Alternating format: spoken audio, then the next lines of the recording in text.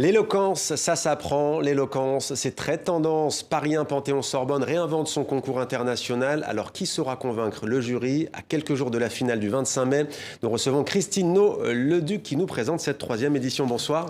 Bonsoir. Soyez la bienvenue sur TV5 Monde. Vous êtes la présidente de l'université Paris 1 Panthéon-Sorbonne. Alors, il y avait 200 places au départ de disponibles. On a les 8 finalistes, 200 places pour concourir.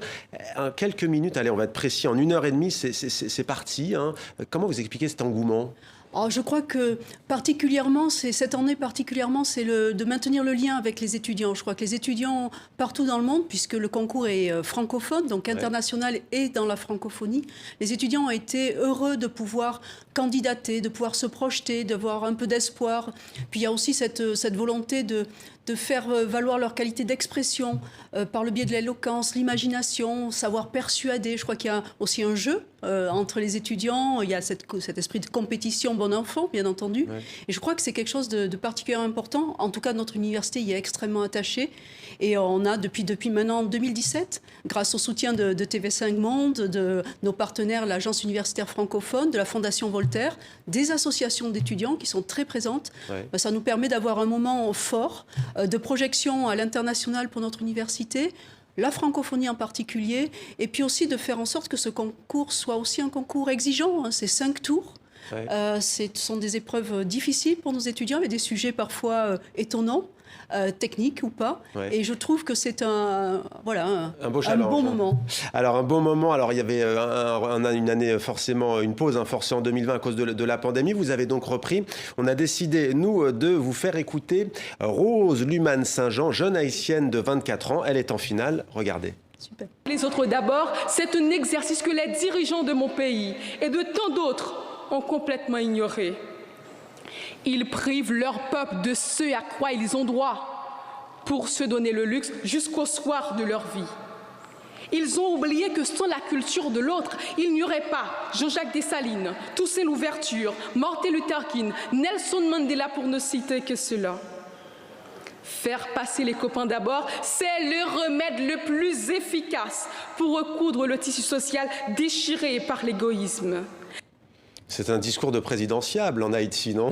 Tout à fait, tout à fait. Je sais qu'elle a fait forte impression sur le jury en demi-finale et j'espère qu'elle a toutes ses chances pour la finale la semaine prochaine, le 25 mai, dans le Panthéon.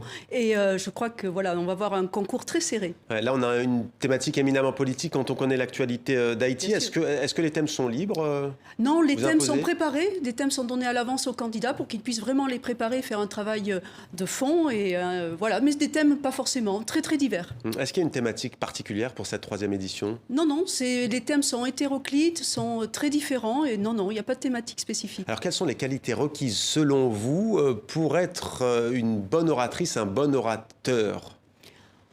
Avoir du cœur, je crois, aimer l'expression, suivre certaines règles de construction, de persuasion, d'argumentation. Je crois que nos étudiants sont, particulièrement pour notre université, c'est une université de sciences humaines et sociales, donc des disciplines qui sont très portées vers l'oralité, qui en ont fait une qualité. Nos étudiants sont entraînés aussi tout au long de leur cursus, que ce soit en licence, en master, voire en doctorat. Et je crois que voilà, il y a un vrai plaisir du mot. Et au fond, il n'y a pas de règles. Je crois qu'il y a beaucoup de mimétisme aussi, peut-être en regardant les autres faire, en écoutant les interventions des professeurs. Je crois que voilà, il n'y a pas de règles. En fait, c'est ça. Et la spontanéité est importante. La spontanéité. Et le jury, un mot sur le jury qui sont des professeurs. Nous avons, voilà, non, le jury est un jury très ouvert, puisque cette année, c'est Agnès Jaoui qui sera la marraine du concours. Le bâtonnier Chariel de Bournazel qui sera aussi présent, et des représentants de nos partenaires aussi, donc très, très ouvert. Ouais. Comment on pourra suivre cette finale sur Internet, en direct Oui, ou pas? En direct, oui, bien sûr. Ce sera ouvert sur la chaîne télé de Paris 1 et on pourra le suivre. Il y a certaines personnes pourront participer sur place, mais voilà, c'est ouvert en direct sur le site de l'université. Merci beaucoup d'avoir répondu à nos questions, Christine Nau-Leduc. Merci à vous. Finale donc le 25 mai, ça approche, hein, c'est la semaine prochaine. Merci beaucoup. Merci beaucoup.